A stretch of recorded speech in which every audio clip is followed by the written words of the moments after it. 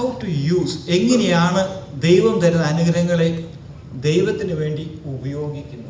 How do we use the blessings that the Lord has given us for Him? ഇപ്പോഴ് പണം ഉണ്ടാകാൻ എങ്ങനെ ജീവിക്കണം എന്ന് പഠിപ്പിക്കുന്ന അനേക പ്രസംഗങ്ങളുണ്ട്. There are many messages that tell us how we can earn money. അതിന് ഒരൊറ്റ ഉപയോഗം, അധികം പണം ഉണ്ടായ ഒരൊറ്റ ഉപയോഗമേ അവർ പറയുന്നുള്ളൂ. There is only one thing that they mention: if you have a lot of wealth, Give it to the preacher. give it to the preacher. But not how to use the money. But not how to use this wealth. രണ്ടാമത്തെ കാര്യം, Secondly, ഏതെങ്കിലും വിഷയത്തെക്കുറിച്ച് കർത്താവ് ഏറ്റവും കൂടുതൽ പ്രസംഗിച്ചിട്ടുണ്ടെങ്കിൽ, പഠിപ്പിച്ചിട്ടുണ്ടെങ്കിൽ അത് നിത്യതയെക്കുറിച്ച് പോലുമല്ല, പണത്തെക്കുറിച്ചാണ്. if there is any subject that the Lord Jesus has taught, it is not about eternity, but it is concerning money. കർത്താവിൻ്റെ പഠിപ്പിക്കലുകൾ പഠിച്ചു കഴിഞ്ഞാൽ സമ്പത്തിനെ കുറിച്ചും പണത്തെക്കുറിച്ചുമാണ് കർത്താവ് കൂടുതലും പഠിപ്പിച്ചത്. പിന്നെയേ ഉള്ളൂ മറ്റെല്ലാ വിഷയങ്ങളും. നിങ്ങൾ വീട്ടിൽ പോയി വേണ്ടി നോക്കി.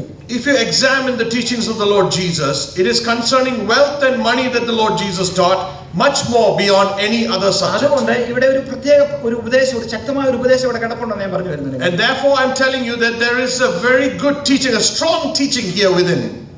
മൂന്നാമത്തെ കാര്യം, Thirdly, ഈ പ്രസംഗത്തിന് ശേഷം after this message, ഞാൻ എൻ്റെ പ്രവർത്തനത്തിന് വേണ്ടിയോ എനിക്ക് വേണ്ടിയോ ഒരു കളക്ഷൻ എടുക്കാൻ ഉദ്ദേശിക്കുന്നില്ല.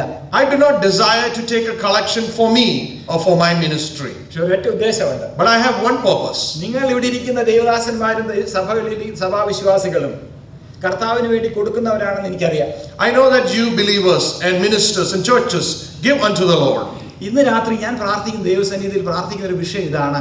കർത്താവേ, ഞങ്ങൾ കർത്താവിന് വേണ്ടി ഞങ്ങളുടെ ഭൗതിക നന്മകളിൽ നിന്ന് നൽകുന്നതിനെ കുറിച്ച് ഞങ്ങളുടെ ഹൃദയത്തെ, ഞാൻ ശുശ്രൂഷിക്കുന്ന ഈ ഇവിടെ ഇരിക്കുന്നവരുടെ ഹൃദയത്തിൽ അവരൊന്ന് ചിയർ ചെയ്യാനായിട്ട്, അവർക്ക് സന്തോഷം നൽകുവാനായി, ഒരു പുതിയ കാഴ്ചപ്പാട് നൽകുവാനായി ഈ വചന ശുശ്രൂഷ സഹായിക്കണമേ എന്ന് മാത്രമായി ഞാൻ പ്രാർത്ഥിക്കുന്നു. I pray that those that are seated here tonight that listen to me, that they might be cheerful when they understand and when they have a new vision of what their money is being used for. ലൂക്കോസിന്റെ സുവിശേഷം The Gospel of Luke, 16-ാം അധ്യായത്തിന്റെ chapter 16, 1 മുതൽ 13 വരെയുള്ളതായ വാക്യഭാഗങ്ങളാണ് ഞാൻ ഇന്ന് ചിന്തിക്കുവാനായിട്ട് ആഗ്രഹിക്കുന്നത്. I desire to meditate from verses 1 through 13 of chapter 16 tonight. കർത്താവ് പണത്തിനെ കുറിച്ച് പറഞ്ഞ പല ഉപമകളിൽ, 3 ഉപമകളിൽ ഒന്നാണ് ഇത്. Among several parables that the Lord had talked about money, this is one of them.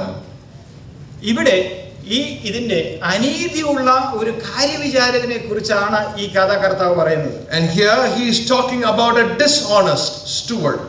ഈ കാര്യവിചാരകനെ കുറിച്ച് 1 മുതൽ 3 വരെയുള്ള വാക്യങ്ങളിൽ നാം വായിക്കുന്നുണ്ട്. And about the steward we are able to read in verses 1 through 3. അവൻ അവന്റെ യജമാനന്റെ വസ്തുവകകൾ കൈകാര്യം ചെയ്യുന്ന കാര്യത്തിൽ ഒരു അവിശ്വസ്തനായ ദാസനായിരുന്നു. And he was a dishonest servant of his master.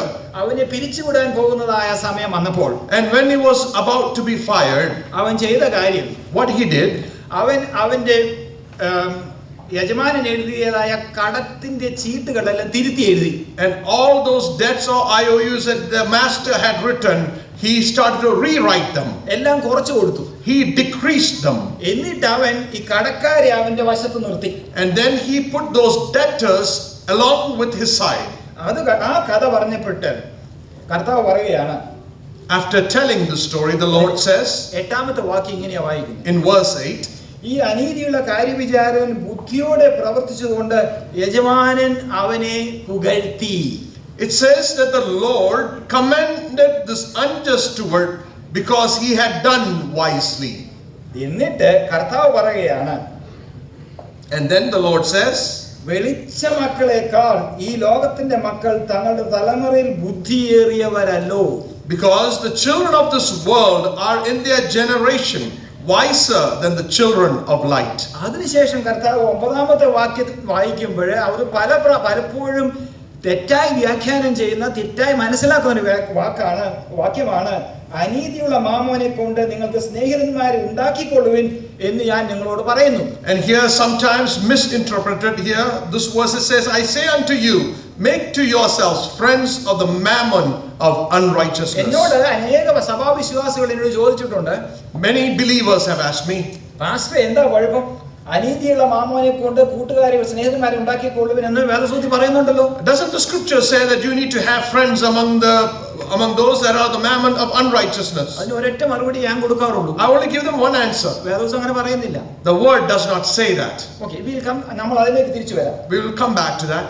എന്നിട്ട് കർത്താവ് പറയുകയാണ്, And then the Lord says, അത് ഇല്ലാതെയാകുമ്പോൾ, and when that shall fail, അവർ നിത്യകൂടാരങ്ങളിൽ നിങ്ങളെ ചേർത്തുകൊള്ളുവാൻ ഇടയാകും. they will be able to receive you into everlasting habitations. കർത്താവ് ഇവിടെ പറയുന്ന കാര്യം എന്താണ്? What is the Lord saying here? ഇവിടുത്തെ പല ചോദ്യങ്ങളാണ്. There are many questions here. കർത്താവ് ഇവിടെ പറഞ്ഞത് ഈ ദാസനെ പോലെ നാം പെരുമാറണമെന്നാണോ കർത്താവ് പറഞ്ഞത്? Is the Lord telling us that we should deal in the same manner as the steward? ഇവനിൽ നിന്ന് എന്തെങ്കിലും പാഠം പഠിക്കാനാണോ പറഞ്ഞത്? Is he saying this that we might be able to learn a lesson from him? ഇവനാണ് ഒരു മാതൃക. Is he an example? അനീതിയുടെ മാമോനെ കൊണ്ട് പണം ഉണ്ടാക്കിക്കൊള്ളുവിൻ എന്നാണ് കർത്താവ് പറഞ്ഞത്. And the Lord said that you need to make money through the friends of the mammon of unrighteousness. Not at all. കർത്താവിന്റെ point, കർത്താവ് സ്ഥാപിക്കാൻ ആഗ്രഹിച്ച വാദഗതി വേറൊന്നാണ്. But what he wanted to stress is something else.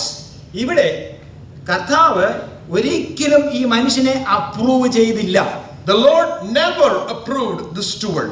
കർത്താവ് കഥ പറയുമ്പോൾ തന്നെ പറയുന്നത് ഇങ്ങനെയാണ്. And when he tells the story, he says, ബുദ്ധിയോടെ അവൻ പ്രവർത്തിച്ചത് കൊണ്ട്, because he did and wisely, അവന്റെ യജമാനൻ അവനെ പുകഴ്ത്തി, അല്ലെങ്കിൽ കമൻഡഡ് ഹിം എന്നാ പറയുന്നത്. it says that the Lord, his master, commended him. അവന് ജോലിയിൽ തിരികെ കയറ്റി എന്ന് പറയുന്നില്ല. It does not say he returned his job back to him. പക്ഷേ അവിടെ ഒരു കാര്യം സ്ട്രെസ് ചെയ്യുന്നുണ്ട്. But he stresses one matter. അതായത് അവന്റെ ഷ്രൂഡ്നെസ്, അവന്റെ ബുദ്ധി നമുക്ക് ഒരു മാതൃകയാണ്.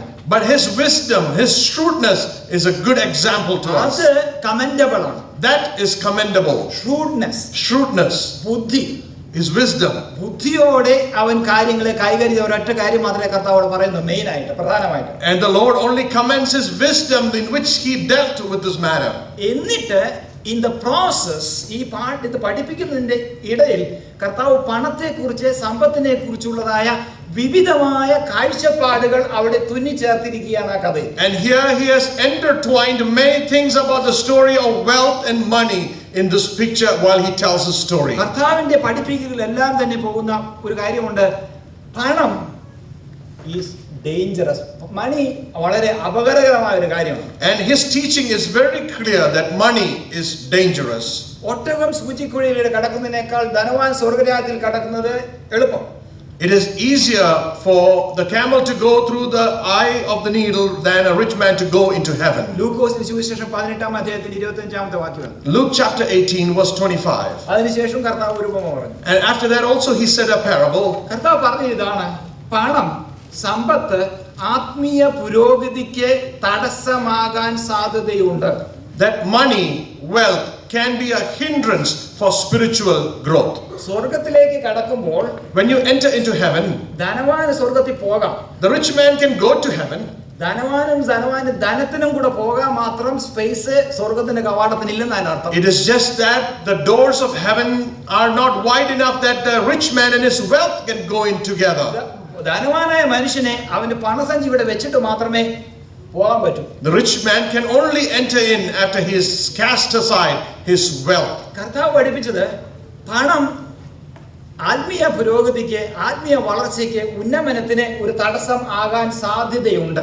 There is a chance that wealth and money can be a hindrance for spiritual growth and maturity. അതുകൊണ്ട് കർത്താവ് നിരവധി അപായ സൂചനകൾ, വാർണിംഗ്സ് ഈ പാഠത്തിൽ ഇവിടെ പഠിപ്പിക്കുകയാണ്. And therefore the Lord is teaching us various warnings.